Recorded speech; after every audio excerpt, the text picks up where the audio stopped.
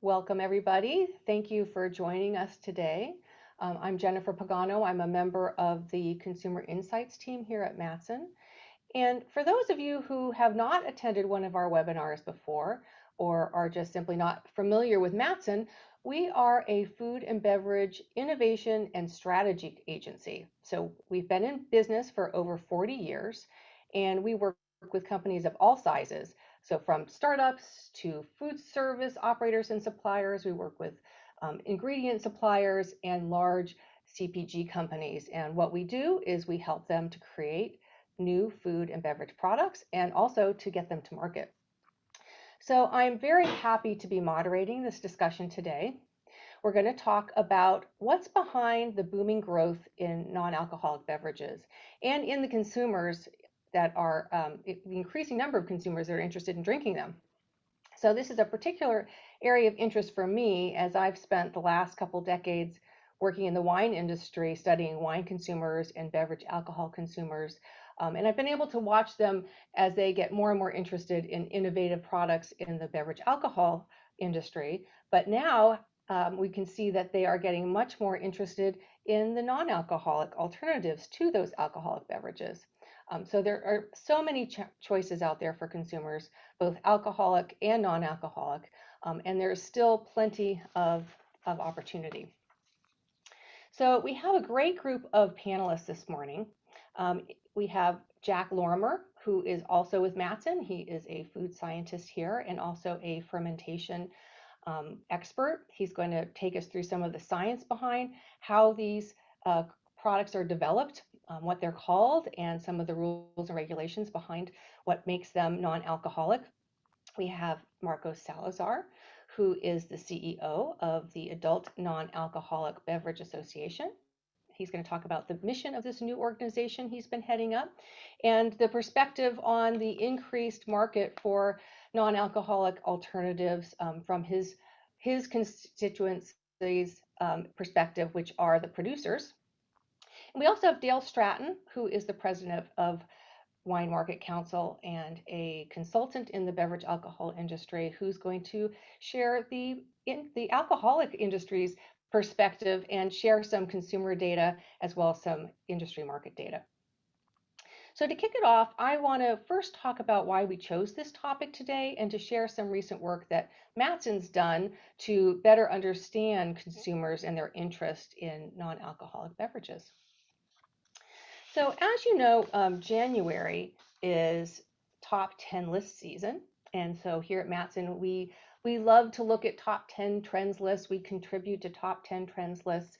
And so what we were seeing is that these non-alcoholic beverages were coming up on a lot of these lists. So for example, Whole Foods put Buzzless Spirits on their top 10 food trends list for 2022 and noted that they had seen an increase in sales in these types of beverages, especially among younger generations.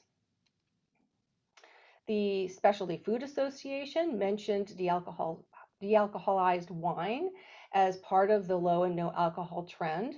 They mentioned this in their 5 trends that are driving growth, or they predict will drive growth in specialty food consumption in 2022.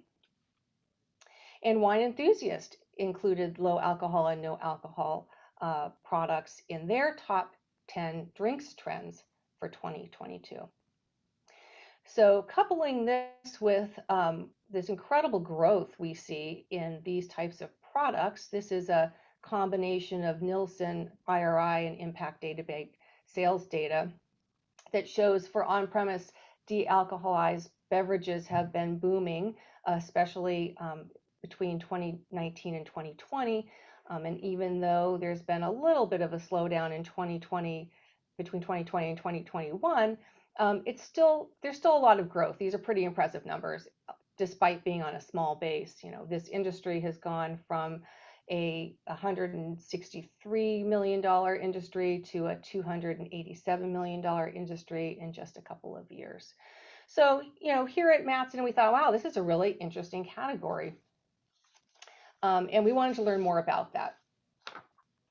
So here at Mattson, we have a consumer panel of about 850 consumers distributed across the country. And we use it periodically to poll people on what they think of various food and beverage categories. And it's our way of kind of feeling the pulse and seeing what's going on among consumers and what they're thinking. So we ran a study on their usage of non-alcoholic alternatives. And I'm going to share a couple highlights with you before we move into the speaker portion of our panel. So what did we learn?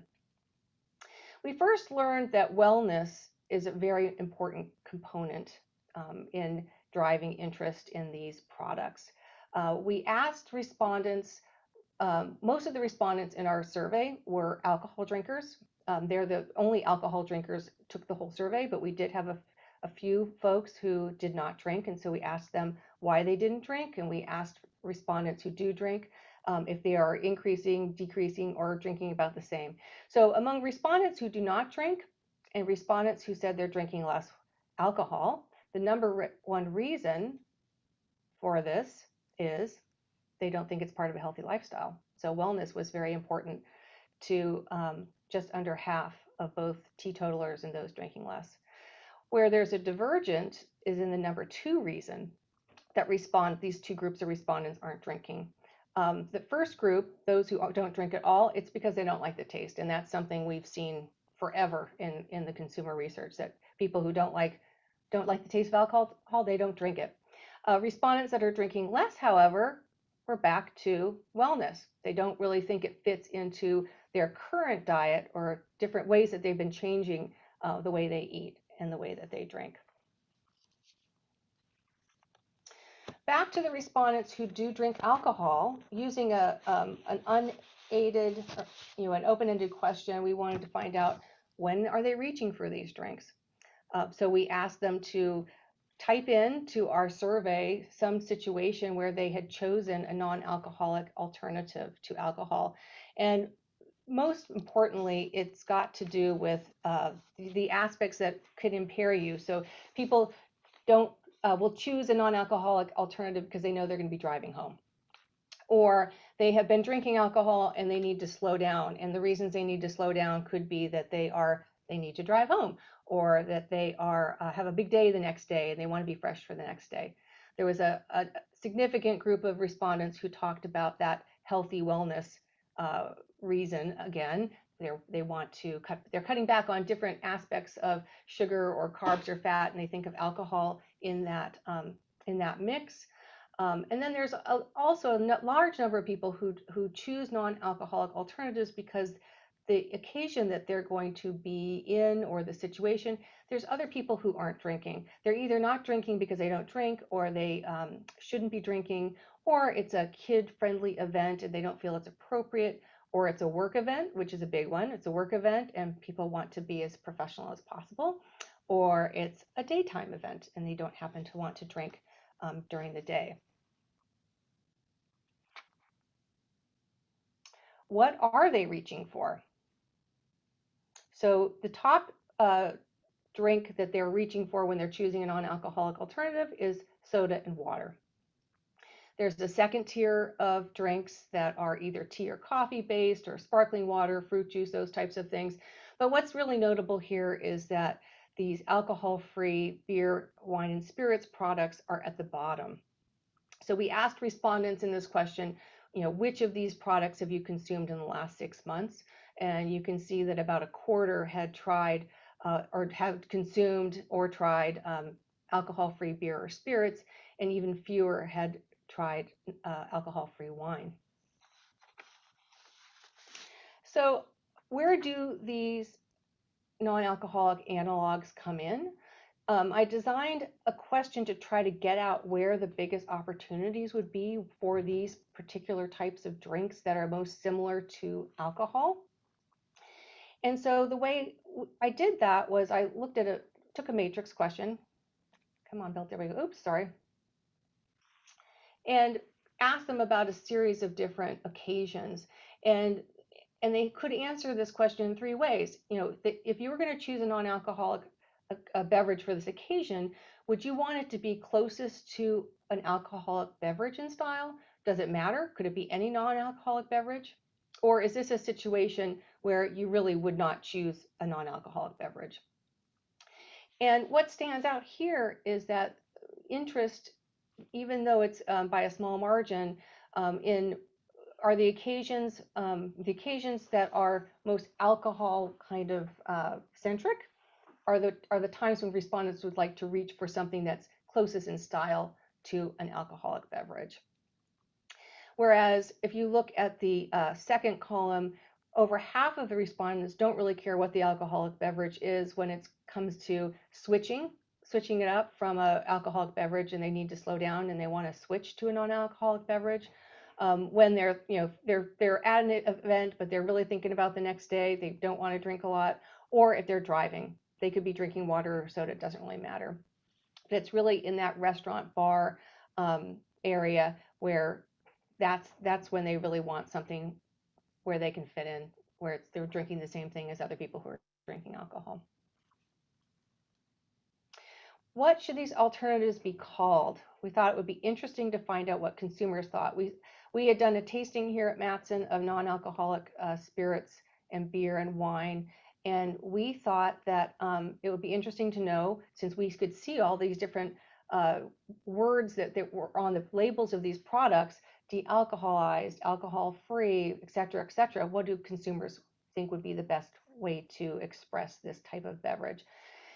And it seems that they are most interested in just understanding what's in the bottle. So this product is non-alcoholic, 37% thought that would be the best way to label a product, whereas de-alcoholized was not as popular. So this is some interesting marketing insight. And the final piece I wanted to share today is about brands. So remember, the people that we polled are alcohol drinkers. And so we thought, wouldn't it be interesting to find out how interested they would be in a non-alcoholic product being produced by an alcohol brand?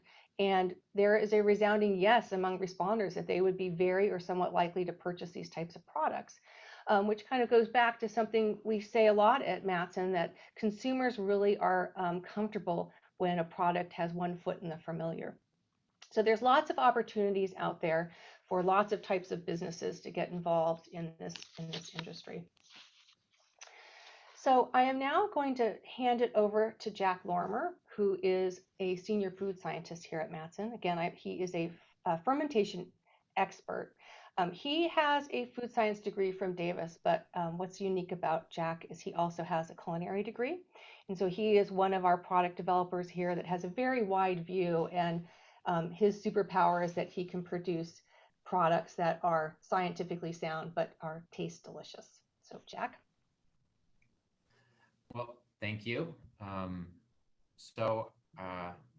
me just jump right in. That was a nice introduction.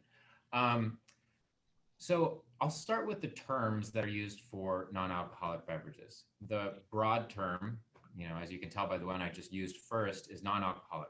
That's a term which encompasses all of these beverages, which means that they don't contain alcohol. In the United States, we set that cutoff at 0.5% alcohol by volume. Not every country has the exact same definition. Some countries, it really means zero as in 0%, 0.0.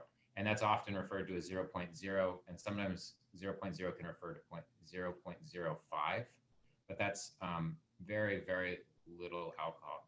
And just sort of for context, even ripe fruit can contain a small amount of alcohol, and orange juice can contain a small amount of alcohol.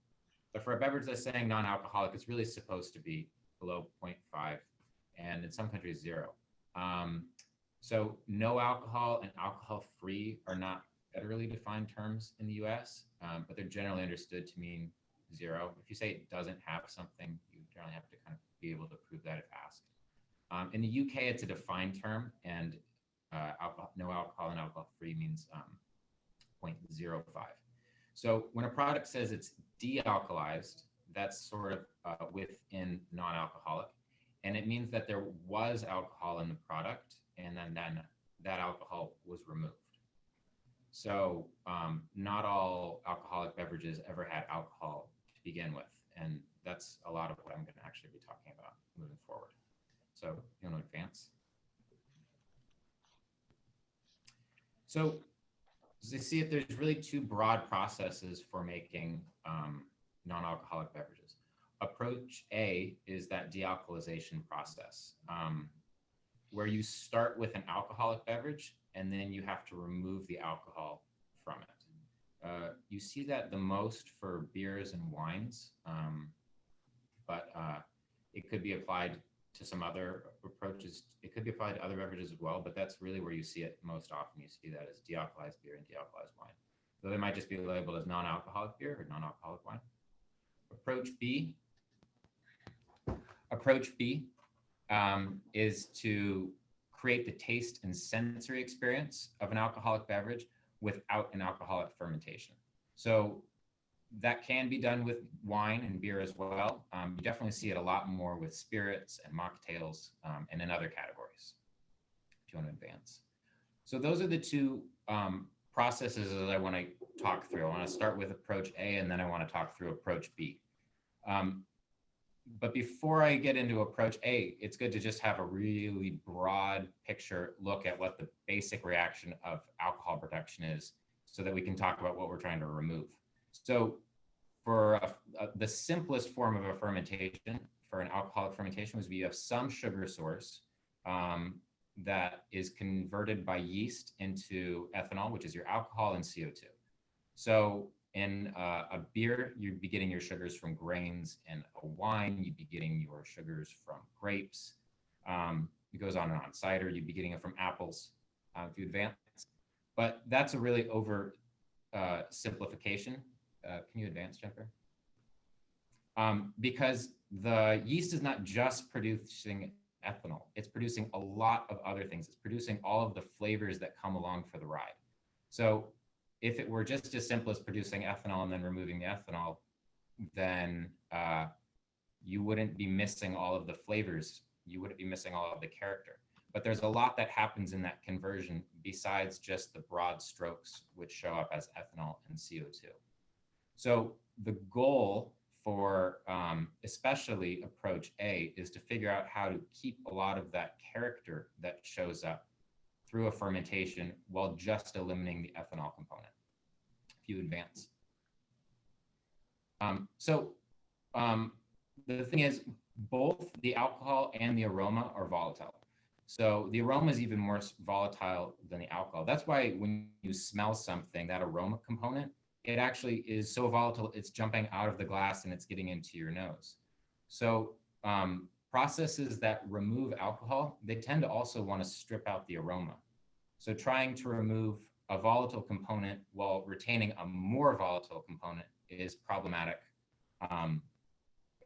for getting a result that is going to be something that you're going to be happy. So there's three big categories that we see used for pulling out the alcohol from an already alcoholic beverage. The first one would be membrane filtration. So that's a reverse osmosis process. The second would be a vacuum distillation. Most common of which is living cone. And there are some fermentation-based methods where essentially you interrupt that process that the yeast is undergoing in creating the sugar to the alcohol. Those ones would be like blasting the sugar, the yeast with a lot of oxygen. I don't think that's used quite as commonly.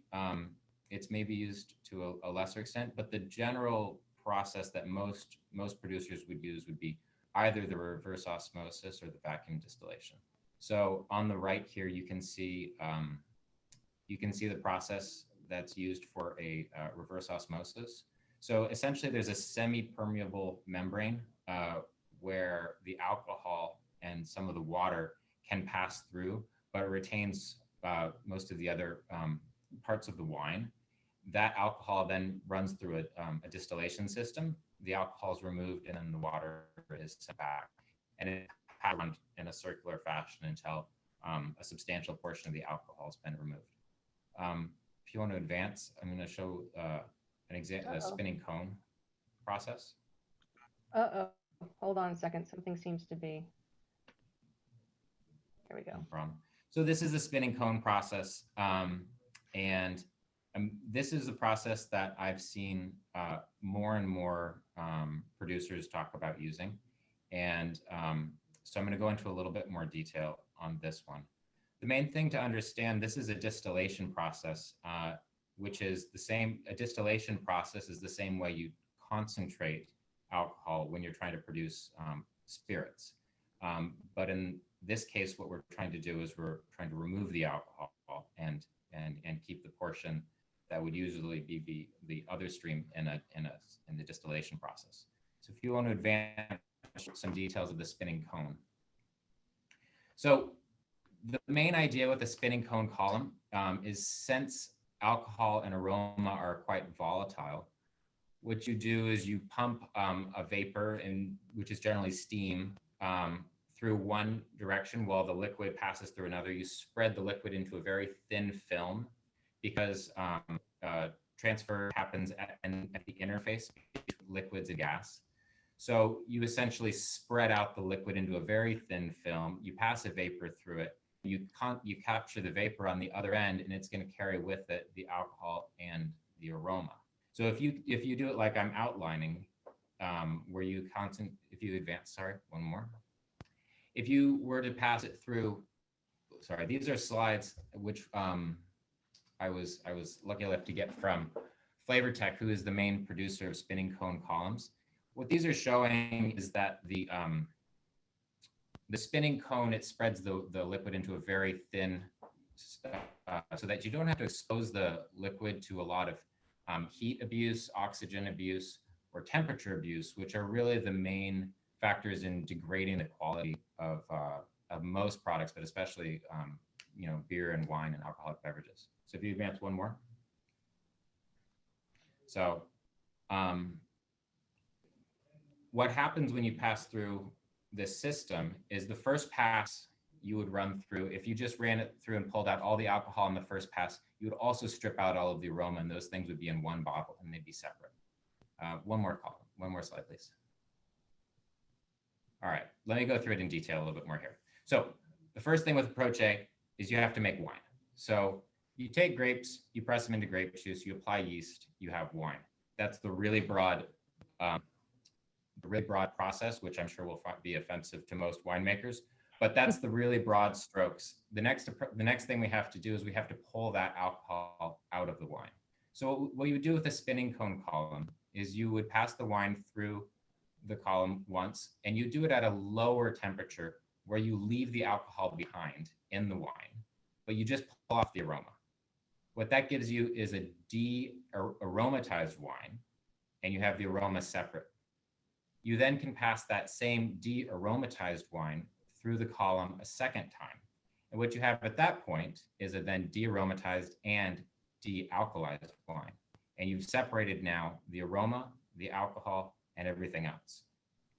Advance, please. And then it's really about recombining those constituent parts. So the de-alcoholized and de-aromatized wine, you want to add back with the aroma so that you have everything minus the alcohol. And then generally what you find is you need to add a little bit of grape juice or something else to kind of make up for some of the character that's lost from removing the alcohol, because the alcohol does bring some sweetness. If you want to advance. So the second way to approach this would be to start without ever undergoing an alcoholic fermentation at all. And so I'm calling this approach B. And so the goal here would not be to create an alcoholic beverage and then remove the alcohol. It would be to create the sensory experience of an alcoholic beverage without ever undergoing that fermentation to begin with. And I think the first thing to consider if you're trying to decide between whether to approach this with an approach A or an approach B would be to first start thinking about the goal of the product. And so if the goal is really to be a direct match to an existing product, that your approach will be different than if you're more of an experience focused. So the way I've broken that distinction up here is a direct match really on the extreme would be something like Heineken 0.0, where not only is it supposed to taste just like beer, it's supposed to taste just like Heineken. So if you're starting with a product like that, it makes sense to also start with a lot of the same base materials and the same process and take that kind of as far as you can. And so that would be a really good example of a product that would make sense to use with approach A. But then the more you go towards an experience focus, in general, I think the more it makes sense to not start with a fermentation to begin with, actually to start by adding the sensory characteristics. Now, the spirits are an interesting case because they're sort of supposed to be a direct match, but with beer and wine, you're talking about beverages that are in the range of, for beer, you're talking around 5% alcohol that you're trying to do without in the final product. In wine, you're talking about 14, 16% alcohol that's missing from the final product. But with a spirit, you're looking at something that's supposed to imitate the experience of a beverage that has 40% alcohol in it. And you're trying to get there without having alcohol at all. Beyond which, for spirits, you would already have distilled it once. So going backwards and distilling it and to remove the alcohol again, it really doesn't make as much sense. So for those type of beverages, you're really thinking a lot more about, okay, how can I build a product that gives me the experience of an alcoholic beverage without ever undergoing fermentation? So you can advance, actually. So for either approach, but particularly for approach B, and approach B is where most likely products that we were working on at Mattson would be focused. Though we have done products that have used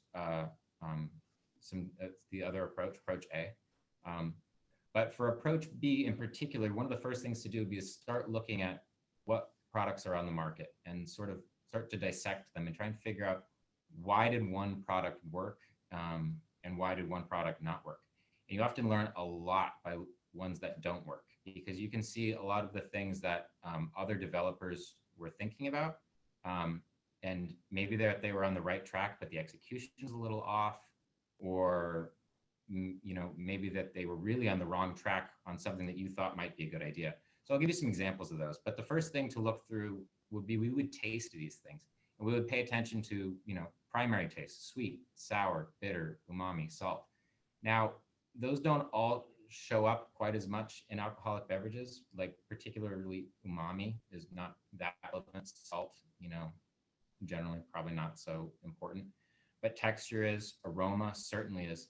And then the trigeminal experience of a beverage is very important. So the trigeminal nerve is a nerve that runs from your nose, it's diagrammed here, into the back of your throat and across your mouth. And so it's a chemoreceptor. What it does is it detects burn, essentially, and chemicals that are your body thinks might be noxious to it. So alcohol, if you ever taken a shot of alcohol and then had that burn reaction that makes you kind of shake your head, that is a trigeminal experience, and it's one that if you're making a beverage that doesn't have alcohol in it, you have to figure out a way to replicate it.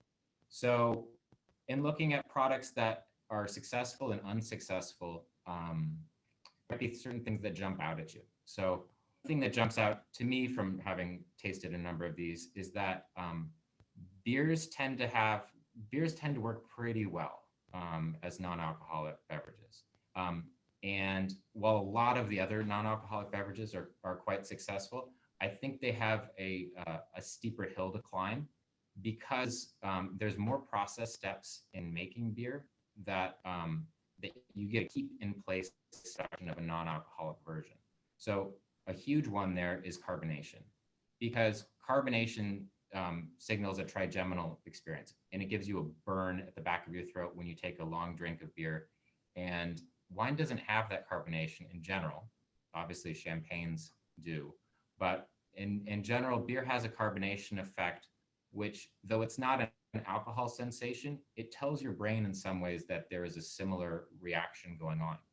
Carbonation also has a nice property of pulling the aroma out of the liquid, which is one of the things that alcohol does as well. So going through a set of these beverages and then saying, not just does it have, carbonation is an easy one, and you would see on successful ones and less successful ones, but then also looking at the other flavors that are in there, and whether that's the degree of sweetness, the degree of bitterness, and then trying to figure out whether you've actually identified the right spot from that first lineup of where does the product want to be. And then really it's about developing a process that's going to work to make a beverage that's going to taste great, and then to iterate based on the learnings from other developers that you've seen and from a lot of tasting. You can go for it. Thank you, Jack. Thank you. Very interesting stuff. Before I introduce our next speaker, I just wanted to say that if you have any questions, there's a Q&A button at the bottom right-hand side of your, or so below, it's somewhere down below in your screen. So put your questions in there. We are monitoring those, and then we will ask those questions at the end of our presentations. So our next speaker is Dale Stratton, who is president of Wine Market Council. He's been involved with the council for a long time. We work together there. He has been our chairman. He's been on our board. But more than that, he has been in the beverage alcohol industry for a long time. Right before the pandemic, he decided to retire from Constellation, where he was the VP of Consumer Insights, not just for wine, but across beer, wine, and spirits. He is a Gallo veteran, started his career at Gallo. And now that he's retired, he has his own consulting business and his fingers in many more pies than he probably ever did. He's also part of the group that created the SIP Source report with the Wine and Spirits Wholesalers of America, and just a great guy, and I can't wait to hear what he's going to tell us. Dale? Jennifer, thank you very much for that wonderful introduction. I appreciate it. And thank you to Mattson for putting on this program. Very excited to be here and to be a part of this discussion. Thought I would start by setting a little bit of a base for the Wine Market Council. And the Wine Market Council, we are a member-driven nonprofit. We focus on market research and understanding the buying habits, attitudes, and trends focused on the consumer in the wine category. You can go to the next slide, Jen. And when you do research, and I think it's really important to understand this, that when you do research on the wine consumer, that means you're doing research on the beverage alcohol consumer, because today's beverage alcohol consumer really participates across all categories. And now, as we look at the amazing amount of new items that are coming out there, there's even new categories. I'd say the no and low alcohol is one. Hard seltzers created somewhat of a new category.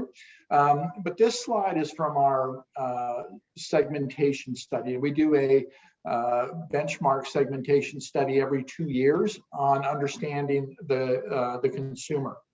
Out of that, we break our consumer group into high frequency and occasional consumers. And a high frequency wine consumer is somebody who drinks wine once a week or more often. And when we look at this and making that point about the consumer being a total beverage alcohol consumer, even the high frequency consumer, only 14% of those consumers only drink wine. 30% of them drink wine and either beer or spirits, but 56% of that consumer base drink beer, wine, and spirits, and go across that full spectrum of what they are. And realistically, when we look at a wine enthusiast, more accurately, they are a beverage alcohol enthusiast, and they're following the trends and trying all of those products across the path. Next slide. And knowing that many of you are not in the beverage alcohol industry, thought it would be a good idea to just set a base for how big is the category and how is that broken out. So you'll notice that there is no attribution on this slide, and that's because you'll see a lot of different numbers out there on beverage alcohol, how big it is. And what I've outlined here is consumer spending. So this is total consumer spending, and the beverage alcohol category is about a $265 billion category. Beer is the largest, 115 billion. Spirits are about 80 billion, and then wine's about 70 billion. Now, during the pandemic and during COVID, we know early days we had the shelter in place, which really shut down the on-premise. Well, that had some impact on these numbers, and looking at what those numbers may be. A lot of that just simply driven by the margin structure difference between on-premise usage and purchasing at retail. And that did impact these. But as a rule of thumb, these numbers are pretty steady in looking at how big the beverage alcohol category is. Right now, beer, pretty much flat on volume, has been flat on volume for a number of years, growing slightly in dollars. The spirits category is right now very, very hot. The spirits category is doing very well. It's growing in volume and growing in dollars and doing quite well. The wine category is up slightly, kind of flat to up on volume, but is continuing to grow in dollars as the consumer continues to premiumize and trade up to higher quality wines in the marketplace. Now moving on to a piece of research. And you heard Jennifer when she talked about the survey that Mattson did, the correlation between no and low alcohol and wellness. And about 2 years ago, we did a study at the Wine Market Council that was focused on what role does wellness play, or what does wine play in a wellness lifestyle. We partnered with Nielsen IQ on that, and we tapped into their household panel. By doing that, we were able to survey them, get the answers from them on what their attitudes were and what their thoughts were. But then we were also able to go in and monitor their purchasing and look at how they were purchasing products. So as we went into that, and the way to read this chart is the bars on the far left, that orangish color. When people think about what they're doing and moving towards wellness and managing a wellness or healthy lifestyle, those are things that are a key item for them to focus on. The middle bar is an important but not key, and then that right-hand bar is something that they don't consider important at all. And I think it's really important to understand that first and foremost, wellness does mean more than just diet to consumers. And when we look at those top three items and think of those, and we put those as being more activity-based, we're spending time with family and friends, exercising, work-life balance.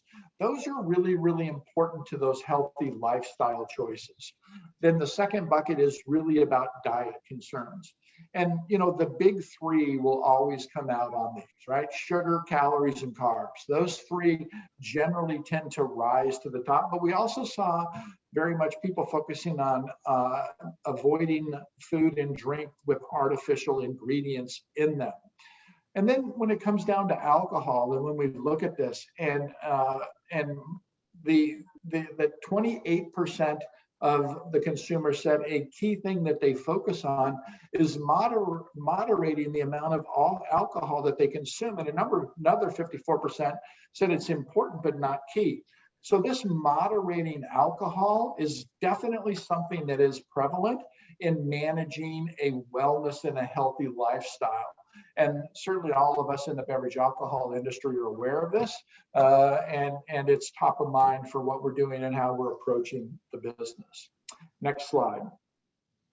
Then we asked, as we looked at this and more focused on wine for this particular slide, and we asked on them, what is the method that you're using, and how is it that you're reducing wine consumption? The blue bar represents the percentage of people who said that they were in fact reducing, they're drinking less wine. The second bar really looks at all wine drinkers. So number one was that people were drinking wine on fewer occasions.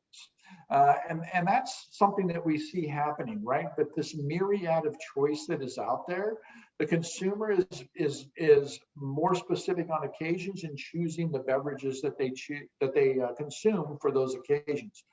But number two on this list was, instead of wine, I'm more frequently choosing non-alcoholic beverages. So that is a very, very big area. And we definitely do see consumers moving into that area and thinking about it from a no and low alcohol standpoint, and choosing what is appropriate for the various occasions that are out there. Next slide.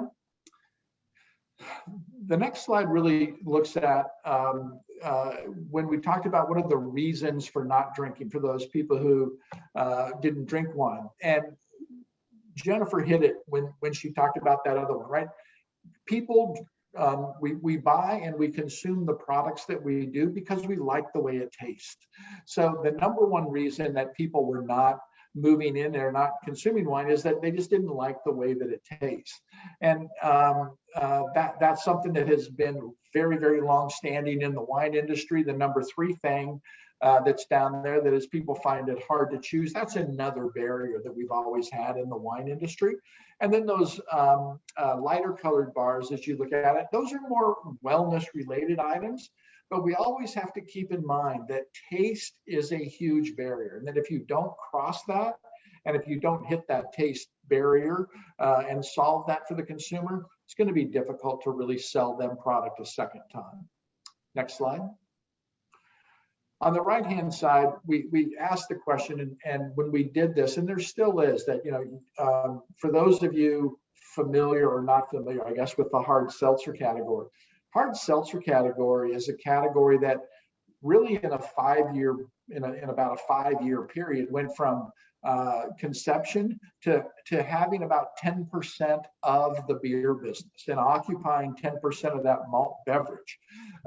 So it's a substantial category, and we really did dig in on a lot of items as to why that is happening. When the people in our survey were asked the simple question of which alcoholic product, which beverage really provides a healthier, do you see as being healthier than other alcoholic beverages? And we had wine, beer, spirits, cider, and hard seltzers in that. Wine was definitely seen as being the healthier of those. 34% of all respondents said that. 13% of people who chose hard seltzers to do that.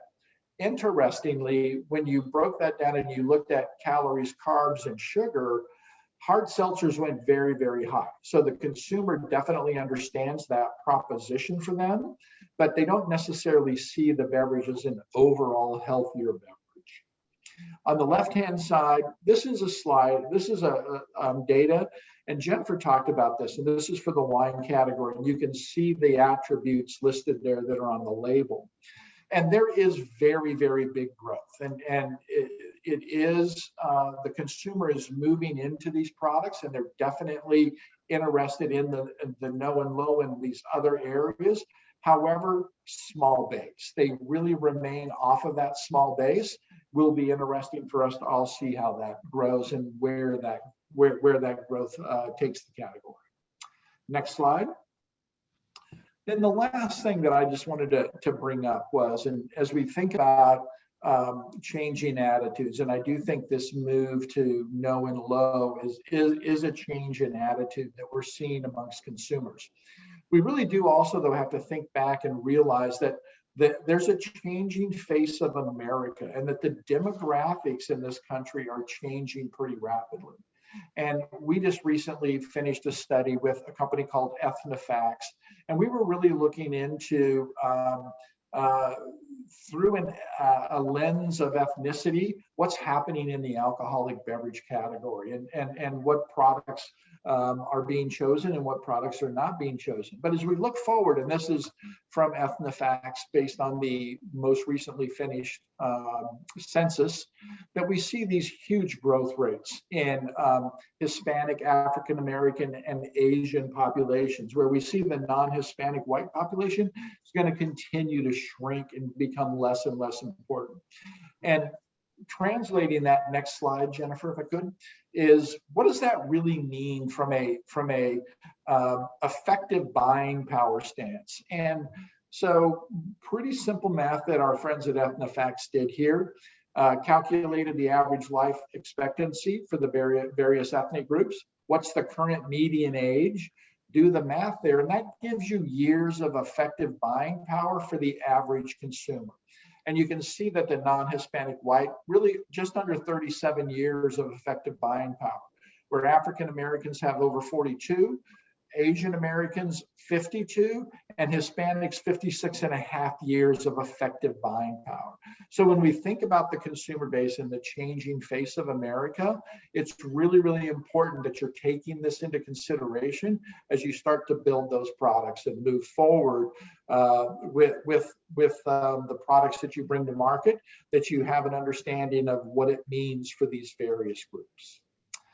With that, Jennifer, I'll turn it back over to you. Okay. Thanks, Dale. Appreciate it. Marco Salazar is our next speaker. He is the Chief Executive Officer of the Adult Non-Alcoholic Beverage Association. This is a new organization that Marcos is heading up. He is working to create an ecosystem for the non-alcoholic beverage world. Today, I'm really interested in hearing what he has to say from his perspective and the producer of non-alcoholic beverages perspective. He's got tons of experience. He's a great community builder. He is, a leadership coach, and he's just the perfect person to start the journey of this new category that we see emerging. So, Marcus, I'm going to hand it over to you.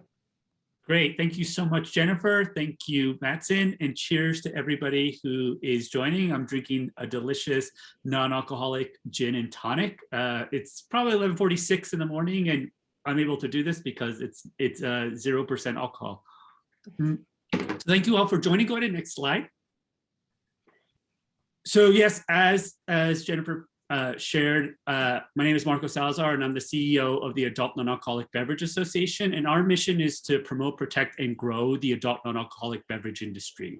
And we did this, we created this organization because there wasn't a central unifying voice for this industry. There was a lot of really amazing organic growth in different parts of categories, in beer, wine, spirits, and cocktail/RTDs, but there wasn't pulling anybody, all these people together and really coming in a unified voice to serve members from production to marketplace. The association was formed as a nonprofit last July. We publicly launched in December. We have 60 producer members right now, and we're just about to launch our industry partner membership. We've gotten so much interest from all those different groups of organizations that are helping to actually grow this industry, and I'll share a little bit more about that in a bit. But if anybody has any questions about anything that I'm sharing, feel free to email me and reach out to me at marcos@nabeverages.org. Next slide.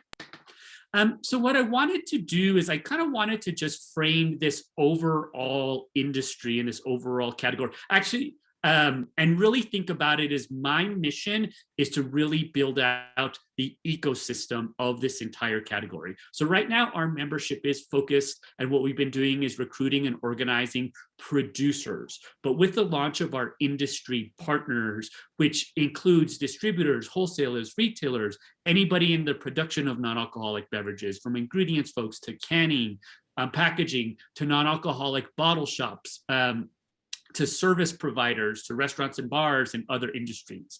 And as what some of the speakers pointed out is that the amazing thing about adult non-alcoholic beverages is that they can be consumed in any context and in any social situation, right? So part of our mission is to make sure that people who have been treated like second-class citizens for decades, meaning that if they go into a restaurant or bar or a wedding or a social gathering and they only have diet soda, water, or some high sugary juice to end up consuming, that they now have sophisticated, complex, delicious adult beverages to consume at all, and also in any social situation. So really part of our mission is really to make sure that everybody feels welcome and included. But before I go on, yes, we're building out this ecosystem, but I actually wanted to take a step back and really piggyback on what some of the panelists described, and let's really define what this category is. So what we decided to do is we had to be very intentional, my board of 11 board members, as well as our membership, on what do we call this category. So we specifically said and used the word adult, versus non-alcoholic beverages. So non-alcoholic beverages are tea, water, kombucha, lots of coffee, but we intentionally use the word adult because we think of adult non-alcoholic beverages are those that have 0.5 ABV or below, as well as primarily marketed to adults of legal drinking age. So they are alternatives to alcohol. And that's the big difference between that versus a tea or a water. The second thing, and I want to chime in because someone asked a question earlier about are there regulations of what can be included in alcohol beverages, i.e. vitamins, nutrients, etc. Because Corona just came out with Corona, a non-alcoholic with vitamin D, is that we do not represent as an association kombucha. We do not represent, again, non-alcoholic beverages like water, soda, or tea, nor do we represent any functional beverages. So functional beverages, meaning that they're adding other things in, whether adaptogens, whether mushrooms, anything else that results in some type of health claim by that brand. There are some companies that will say that botanicals or hops can have health benefits, and that's fine. But the way that we're seeing this, and other retailers are seeing this as well as they're trying to differentiate these type of products, is that when you think about hops or botanicals, they are integral to the flavor profile of that particular product, for whether it be beer or in any spirit, whereas adaptogens or mushrooms aren't essential to those ingredients. So we do not represent, nor do we represent CBD or THC beverage companies as well, both because that's an entirely different legal side to the industry, and we don't feel that we would be providing as much value to those companies because we're not representing those particular parts of the category. Next slide.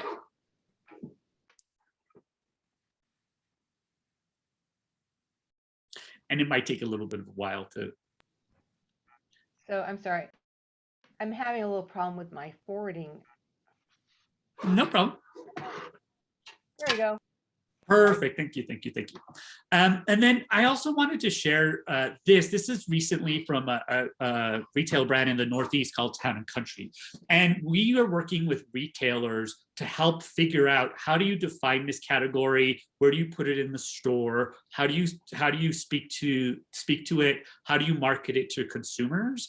And we're at the beginning stages of this. We're talking with companies like Whole Foods and Kroger's and many other retailers. And this is one example of what Town and Country retail is doing. So a entire section of adult non-alcoholic beverages that is purely dedicated in the store. And this has NA beer, NA wine, NA spirits, RTDs, and cocktails, as well as lots of different types of, oh, looks like we're going back.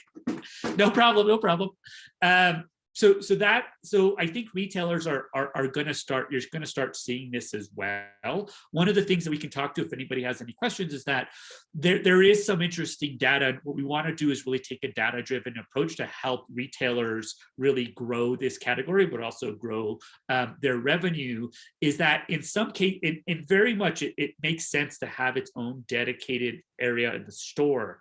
But there is also a lot of data that shows that when it is adjacent to the alcohol section, or even part of the alcohol section, specifically beer, sales of that adult non-alcoholic beverage increase. The one other thing that I'll say is that most of these consumers, and this is an additional stat with all the great data that was presented previously, most consumers of adult non-alcoholic beverages are also consumers of alcohol beverages. So 80% plus of people who do purchase adult non-alcoholic beverages do consume alcoholic beverages as well. So it makes sense, say, in a retail store, that NA beer sits next to where the beer is. But again, we're at the beginning stages of this, and you're going to start seeing a lot more retailers exploring, experimenting where these beverages sit in the store. So next slide. Jack ended up sharing this a little bit earlier, and I think what we're starting to see, and again, NA beer, wine, spirits, and ready-to-drink cocktails are the categories that we end up really thinking about, is that there are direct alternatives to alcohol, right? So NA beer, NA spirits, that is a non-alcoholic gin, a non-alcoholic tequila, and then you have non-alcoholic wine, but you have this really interesting thing that's happening both in the spirits as well as the RTD and wine sections, meaning that our members are creating completely new, different types of adult non-alcoholic beverages that aren't direct alternatives. I think of them as creative. Some people call them designer NA beverages, but they are completely different and they have their own entire profile. So one example, the first one on the left, is a company called Mocktail Club. So this founder created 4 separate RTDs based on different places that she's traveled. One is Bombay Sapphire, and that has ingredients that it's a spicy, very complex, has a long finish taste beverage. Havana Twist is a take a little bit on a mojito with some additional ingredients, and a Capri Sour is a little bit like that alternative, but has some unique ingredients to it that would be very much different than their direct alternative. Then you have one of my favorites, Wilderton out of Portland. And this is that spirit that is not directly tied to any alternative, any type of alcohol, and is a completely different flavor profile on its own. So for example, Wilderton Earthrin is made with bergamot, it's made with Douglas fir and lots of other spices and botanicals. And the first time I drank it, it transported me to the Pacific Northwest, and I was walking through a forest. I had this visceral sensory experience that I'd never had with an alcohol beverage. So it is redefining the concept of what a drink could and ought to be. And then we have another one of our members called Acid Leak, and they wanted to create a wine alternative, but they didn't want to tie themselves directly to the de-alcoholization process. One of the ripest areas for innovation is non-alcoholic wines, because they're not adding additional sugars to provide texture because they want to keep the calories low. But the challenge with non-alcoholic wine is that it's not mimicking wine at this point, and it also doesn't have the texture and the tannins that you would get from, say, a robust Cabernet. So the base of Acid League is actually apple cider vinegar. So they can innovate and create lots of different, what they call wine proxies, and have a variety of different flavors, complexity, have different profiles, have that texture that you really are used to with wine, but they're not tied to the de-alcoholization process. And you're starting to see more and more of these companies creating completely new different profiles but not using the traditional ways of producing alcohol. So next slide. And then this is another company that I wanted to point out, and actually kind of 2 companies, but we'll talk with Groovy first. So one of the unique things about this market that's very different than the alcohol market is that because it's non-alcohol, you can ship to consumers, right? So you have a direct consumer option when it comes to marketing. And one of the key things, and this is a shout out, and probably all our marketers listening know this, is that one of the future pieces of future to marketing is community. So building community is going to be so central to engaging and retaining customers. And because you're able to ship directly to consumers, just like any other type of product, you're able to have a one-on-one connection with the consumer, as opposed to being forced to go through the three-tier system when it comes to alcohol.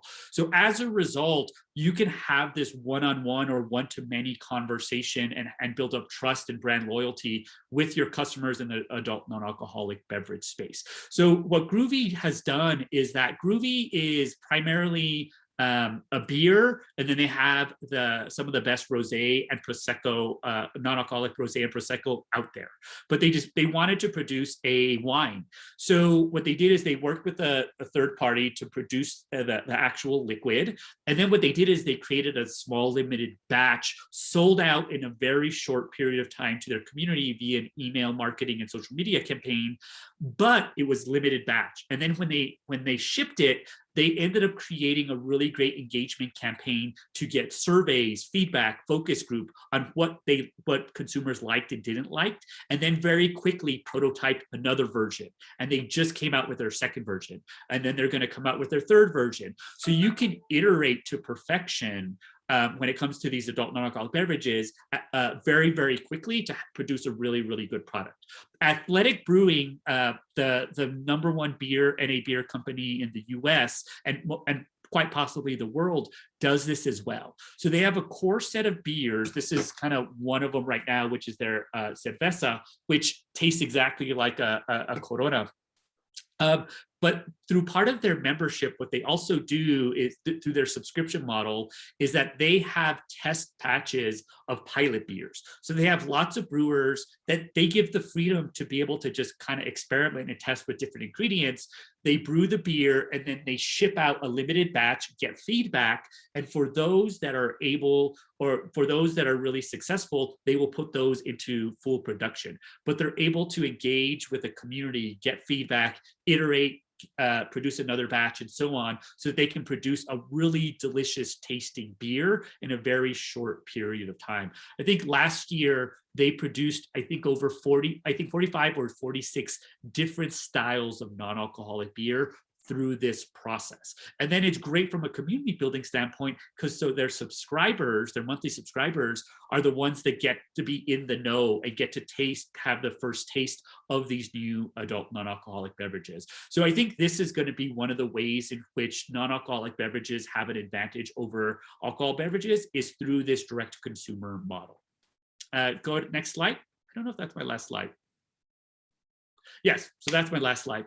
So just wanted to share, if anybody has any questions or wants to connect with me, it's Marcos at nabeverages.org. And the last thing that I'll say is that there might be some people that are thinking about entering the adult non-alcoholic beverage space, but you do not necessarily have to produce an adult non-alcoholic beverage, NA beer, wine, spirits, or RTD, to enter this space. Through our industry partner membership and working with lots of different industry partners, we are working with people who produce mixers, who produce adjacent type beverages that can be mixed in or utilized with NA spirits or with some of the mocktails. So you may not necessarily have to produce a direct alternative, but you can produce products that would be great to be able to integrate with already existing adult non-alcoholic beverages. Thank you. Thank you very much, Marcos. I am going to stop sharing this, and hopefully our panelists will come back. There we go, Dale. Great. So we've got a lot of questions that have come in, and I'm going to start, since we were just talking, Marcos. So do you see a bigger market opportunity for beverage alcohol brands or for non-beverage alcohol brands? Yeah, I think that's a great question. And we are working with big alcohol beverage brands as well to be members. We want to make sure that we have all voices at the table in the industry. And that includes small independent brands that are startups, as well as kind of larger brands. And I think this is just really interesting. So let's take a step back, even in terms of the startup ecosystem and startups as a whole. Most of the adult non-alcoholic beverage flavor profile innovation is coming from small brands, right?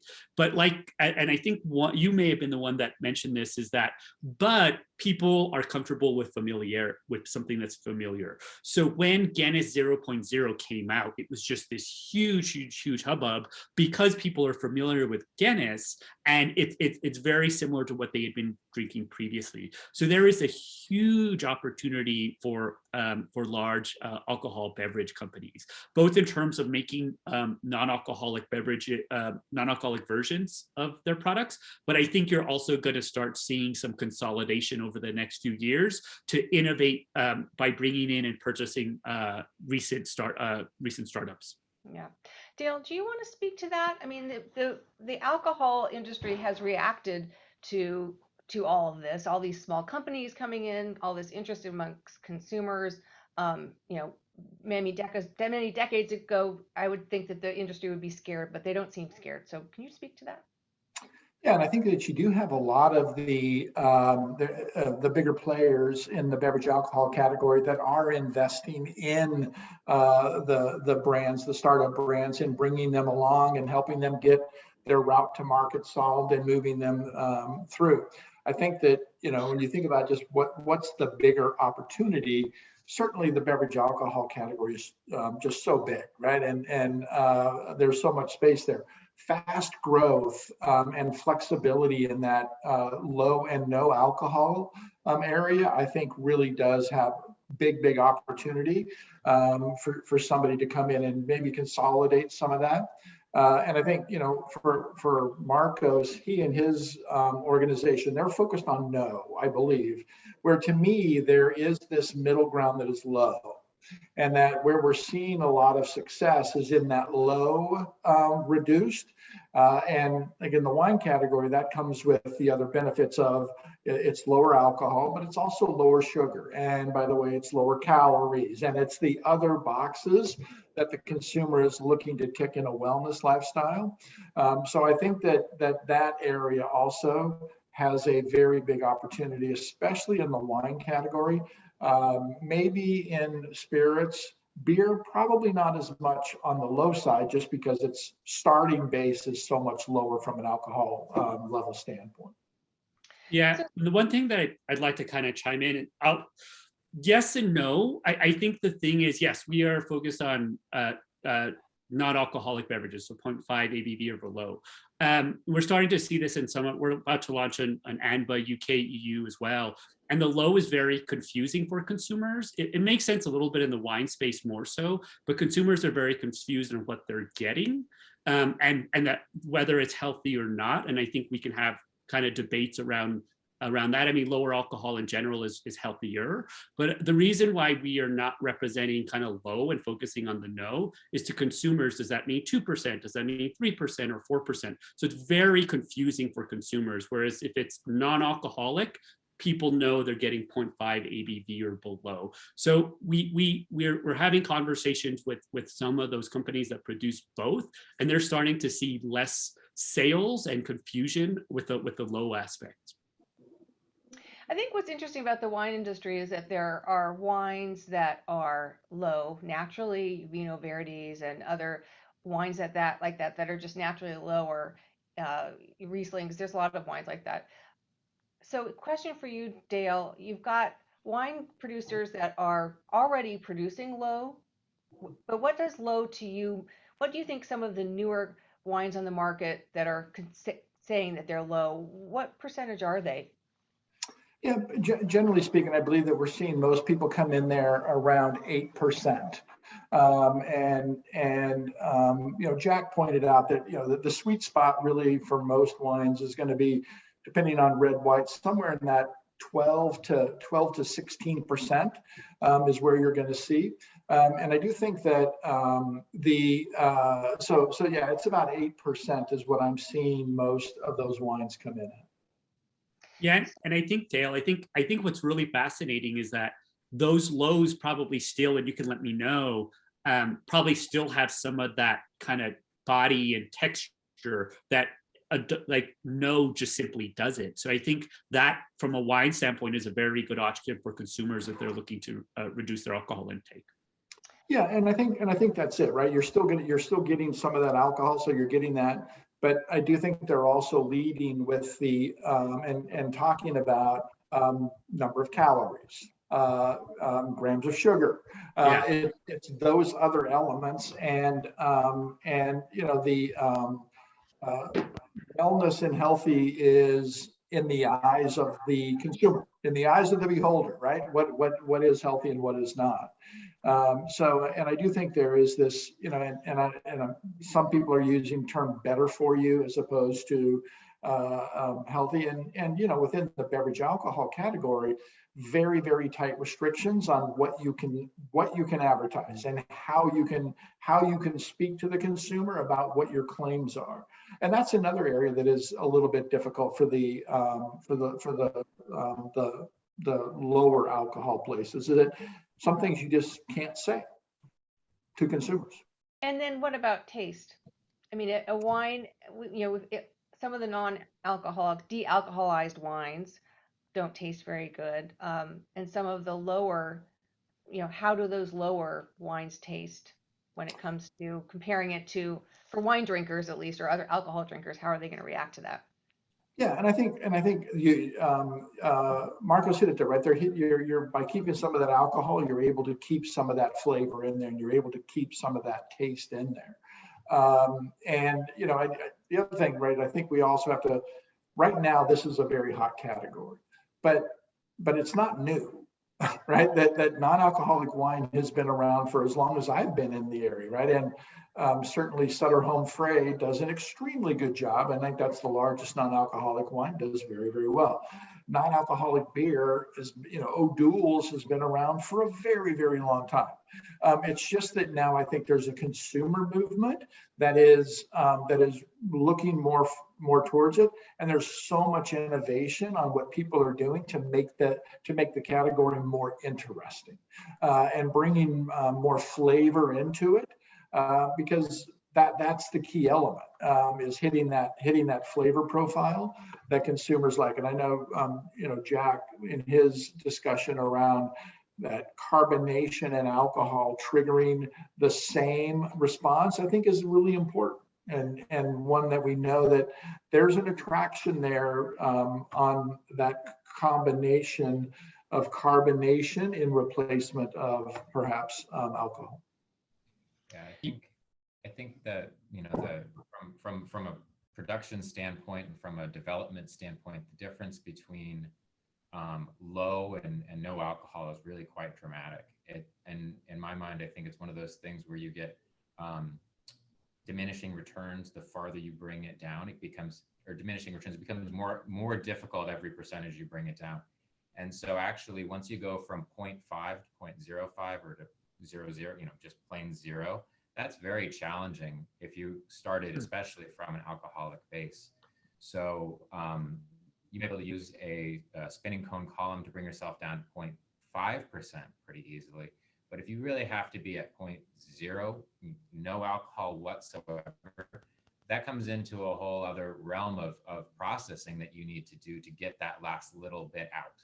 So the further down you go, and conversely, if you can have a little bit in there, it makes it a little easier.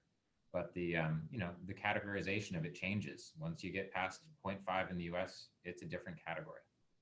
Yeah, and I think the one thing that kind of piggybacking on what you both shared is that when it comes to NA sparkling wines, there's some really delicious options out there, especially some champagnes or sparkling kind of similar champagnes that you would not tell the difference between a normal champagne and a non-alcoholic beverage champagne. They're very, very similar. The reds are a little different. I'm thinking about, but I am starting to see more and more come out with much more complexity. There's one called Starla, and when I first tasted their red, it's not as thick as a Cabernet, but I could fully taste black cherry, blackberry, bergamot with like a spice of black pepper and an after finish of lavender. So it was one of the most complex NA wines that I've shared, that I've tasted. I'm also starting to see that there's some really new types of technology and some companies out there that are making and I don't know the ins and outs of it, that are allowing for some better tasting NA wine. So I think in the next couple of years, that's where I think there's going to be a huge amount of opportunity and growth and innovation. Jack, I wanted to go back to a question that we got from our audience about fortifying non-alcoholic beer, wine, seltzers, etc. For the example, it goes back to what was mentioned, the vitamin D fortified Corona. Do you have anything to add to that or clarify how that's done? Sure. Well, for one thing, regulatory is not my strong suit here. I would definitely pass questions like this when I would first be starting a project. But I looked into it some, and the Corona with vitamin D is really interesting because I had never seen anything like that until they launched that, which is trying to make add a functional benefit to a non-alcoholic beer or wine. It is really interesting. I think it's kind of, so in the United States, I don't think you could actually add vitamin D to a non-alcoholic beer. And so when I've checked on Coronas, it's launched in Canada. So as far as I know, that's not sold in the United States because there's a lot of rules on when you can add even just vitamin D in. And I think the big problem that you would wind up with would really be around how your beverage is classified. So if you are a non-alcoholic beer, it's going to be, you're going to have a lot more restrictions on how you have to do things. So if you're a carbonated beverage, if you have a very broad categorization that goes underneath your, sparkling drink, you're going to have, then the question is this ingredient grass in a carbonated drink? There's a good chance that no vitamin D supplier has ever applied for vitamin D be considered grass in non-alcoholic beer. They might do it now that it's being launched in Canada, but Jack, the grass. Can you explain what grass is for some of us that are not totally up on it? Yeah, grass is generally recognized as safe. So an ingredient that's added to something needs to be grass or it has to have been applied for grass. So some things, that can have just sort of status of grass because we've been using them for forever, just ingredients that are just food, just a vegetable or a plant or whatever. But at the point when something's synthesized or it's or sort of an unusual component, you generally have to file paperwork that proves that it's safe to put into food. And those applications are specific to a category. So this sort of thing comes up all the time where an ingredient will be grass to put into a bar, but not a beverage. Or it'll be grass to use as a supplement, but not a food. And that happens all the time. And we see it a lot where people get it wrong too. They put it into things that it just is not allowed in. So it's one of those things that whenever we start a project that we're thinking about fortifying something, we're really careful to check what the regulation around it is. So I think making health claims around non-alcoholic beer and wine in general with fortified ingredients or naturally occurring would be definitely stickier than things that just are labeled a little bit differently. So yeah. Just one quick thing. I think, Jack, when you were pointing out, you had one of the images and you had a kineuphoric. So kineuphorics was primarily marketed as a mixer or like an NA spirit. But they went heavy on saying they have adaptogens and nootropics. And now when you look at their labeling, and I don't know if this was because they were forced to do so or the different markets that they were trying to go after, but now they're a dietary supplement. And that's what's labeled underneath that. And there are a lot of brands that are kind of hovering over it. And I'm sure that the FDA hasn't really, or whoever regulations haven't really stamped down on them. But we do not represent those type of companies for that simple reason. Yeah. So here's another regulatory question that came from the audience.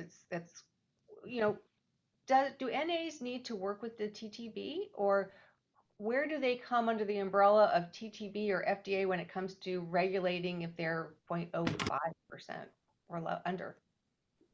So I think that the answer would be that if you're an NA beer, for instance, if you're producing beer already, then you're going to need to get approval from the TTB with your formula, and you have to demonstrate then that it's 0.5 or under. So you have to show them what's in your beer. You have to show them your formula sheets. You have to show your data. You have to run your data. If you are a non-alcoholic beverage that's you're playing in the space of a non-alcohol of cocktails and mixed drinks, but it's a little bit but you really, when you come down to, well, it's a carbonated drink, it has sugar, it has these other things, it can be a very adult tasting thing, but in some ways it's almost leaning towards being a soda, not from a perception, but from a ingredient standpoint and a labeling standpoint. Then you probably aren't having to deal with TTB. You have to make sure any claims you say on the front are factual. So, but you wouldn't be looking at TTB. The other part is that if you were producing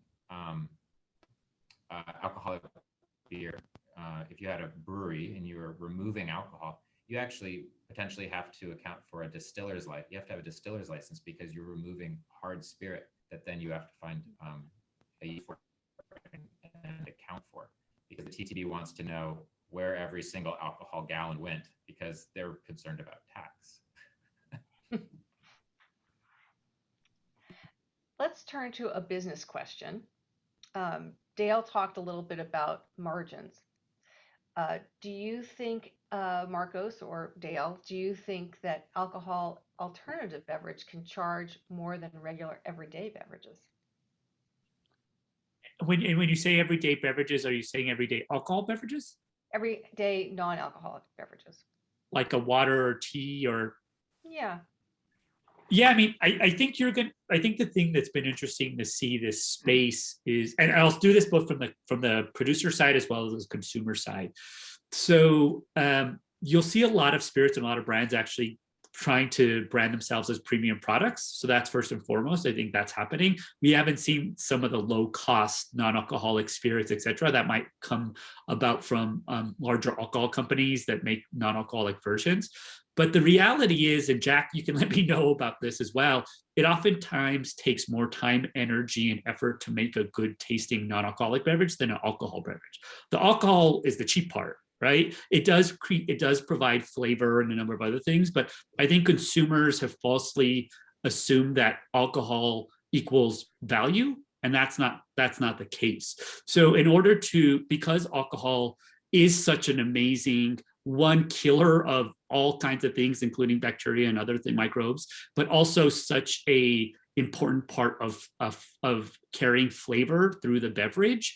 Removing that, as Jack pointed out, and the lower alcohol you get, the harder it is to produce a very delicious, complex flavor. So the amount of time, energy, and resources and money that it takes to create this product does result in the cost of that product. I think when Athletic was really starting to grow, Athletic Brewing Company, people you were used to the cheap O'Doul's and the cheap other types of NA beers, but it really took a little bit of time for them to recognize this is a craft beer that's produced just like a normal craft beer, and that's why the price reflects that. So I do think that some consumers might be that might be a concern of consumers, but I think once they at least taste really delicious non-alcoholic beverage, it becomes less and less of a factor. In general, I would look at it also through the lens of the consumer. And a lot of these products are being substituted into a premium experience. And so when you start looking at that and you start thinking about where that consumer is using that product and how they're doing it, beyond the cost structure, I think it fits. I think that that coming into it with that, there's a lot of handcrafted messaging that's coming from a lot of these brands. I think they're hitting on those notes that a consumer finds appealing.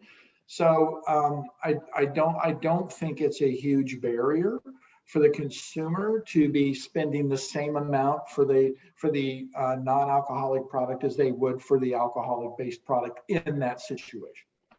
Yeah, and I think one of the ways that you're seeing adult non-alcoholic beverage producers adapt is twofold. One, for example, there may be a spirit bottle that's at a $30 to $40 range, but they're producing smaller bottles or sample packs. But the other is that it's RTDs is huge. They're starting to see numbers that when a spirit producer has some version of an RTD, their sales of the actual spirit bottle increase pretty significantly because someone has had an opportunity to taste the non-alcoholic spirit in a less expensive form. So we're going to start, as the case with a lot of with the alcohol industry, we're going to start seeing a lot more RTDs from non-alcoholic spirit producers. We certainly see a lot of aperitifs coming into this space and coming into that with a lot of botanical infusions, just some really, really interesting flavors. And I think with that, again, the consumer is not going to balk at a similar price point because it's replacing a similar priced beverage. Mm-hmm. And actually, that is a good segue into packaging, package sizing, and alcohol, wine in cans and different single serve versus 750. What are your thoughts on packaging innovation in both of these industries? Well, huge advantage to the non-alcoholic side because they can put it in whatever package size they want. Where within the beverage alcohol category, there's some significant limitations as to what you can use and what package sizing you can produce your product in. So I think that's a very big advantage for that they can put it whatever package size they want. But I think that the consumer, for me, and I think it's a huge opportunity for the wine category, certainly is something other than that 750 milliliter. And coming down to smaller sizes, we're seeing very large growth on smaller size packages off a fairly small base. But there's good growth there, and I think there will continue to be interest in smaller packages. Yeah, and I think there's kind of two really interesting things that I'm seeing in our industry. First is that they're moving away from bottles to cans because direct consumer and e-commerce is such a huge part and a growing part of their business that it's cheaper and easier to package those. And we're starting to see this in some of the NA wine moving from bottles or adding cans as part of it. I think the second, and one of the areas that we're really interested in really helping to grow, is that virtually every single one of these companies and the founders that I get to speak to are very mission driven and purpose driven, and more importantly, sustainability and social impact driven. So we're constantly having conversations on how to integrate the most sustainable packaging there is. So I think we want to be leaders in the space. The third thing is that it's not just the cans, it's the actual packaging and insulating, because since there's no alcohol in the middle of winter, you could see a lot of busted NA beverages as you ship in low temperature areas. So we're working with a couple of companies to prepare our members for next year to mitigate that cost. Oh, interesting. You wouldn't have thought of that. Okay, I have time for one more quick question. I want to do a little bit of a lightning round, and I'd like to find out from the three of you if you had any advice to give someone who wants to enter the non-alcoholic beverage industry. What advice would you give them? Let's start with Jack. Sorry, put you on the spot. You can start. No, it's okay. Actually, I don't remember if I said it in my slides. It was one of those things that I wanted to mention. One of the things that I would be thinking about right from the beginning around how you're gonna do that is whether you had an existing brand in another space. So for somebody like Heineken, it makes sense to go with Heineken 0.0.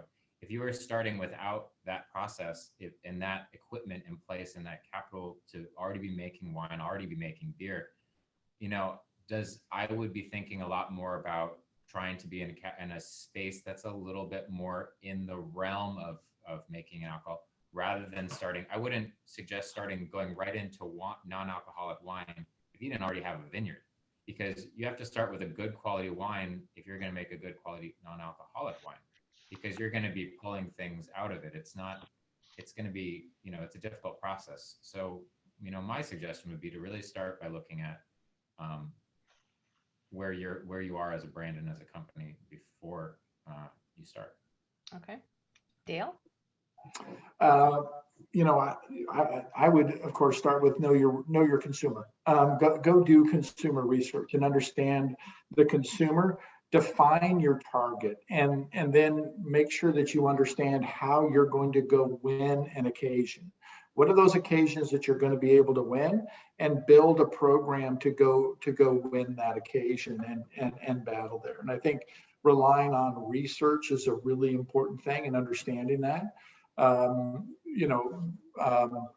If I'm a marketer, I don't think I'm going to use the word de-alcoholized. Consumers generally don't want stuff taken away. They want stuff added. So, for me, that kind of research, and I think that showed through in your poll, simple things like that, understand it, and then stick to your mission. And Marcos? Yeah, and I would piggyback and also just say, Dale, you're totally right. I think you really have to think about your brand and your customer and who you're specifically wanting to serve, and really get clear on that. I'll be honest that, and Jack, it'll be interesting if you want to chime in. I think the production of the liquid and getting to market is relatively easy with some of the other some companies that are already allowing you to be able to do that and fully 100% outsource it. There's a company called Bev0 that has an entire dealcoholization from production to marketplace product process. But if you can work with them, and if you have some ideas in mind on taste and quality and all the different things that you want in your ideal liquid, they will work with you on that and produce it completely for you, as well as be able to help you with co-packing, versus having to fully start on your own if you want to jump in relatively quickly. But I think we're past a point where anybody producing some NA beverage isn't gonna, it's starting to get more and more crowded, that you really have to have a clearly defined brand, a really great story and narrative of why you created it and how your product fits into particular type of occasion or set of occasions, and then kind of grow from there. So I think we're also going to start to see in the future that it's going to be much easier to enter the market. But and I think what Dale pointed out, there's a lot of great aperitifs and others that are really differentiating themselves. And when you can, if you have that vision of wanting to create a very interesting and unique experience brand wise and liquid wise, then I think that's when you'll be able to really do well in the market. But I would also say that you don't necessarily have to enter by producing. There's other ways that you can enter the market. If I wasn't part of the Adult Non-Alcoholic Beverage Association, I'd be investing in all of these businesses because they're growing literally 200 to 400% per month. Great. Well, thank you all. I mean, from our perspective at Mattson, we've been collecting data. I gave you a couple highlights of our consumer research, and we actually collected a lot more research to help our product developers like Jack and our clients to understand what consumers really want in a non-alcoholic beverage. So if you're interested, call us. We're would love to work with you. So thank you again to our speakers. I really appreciate it. Thank you to our audience for coming, and to the behind the scenes folks. We have Danica Samana, who is one of our marketing people here, and our Barb Stuckey, who is our great leader and Chief Innovation and Marketing Officer, who's been supporting us all along. So thank you all for coming, and look forward to seeing you at our next webinar. Thank you, everybody. Thanks, Dale and Jack and Jennifer. Nice to meet you. Stay well. Bye. Bye, everybody.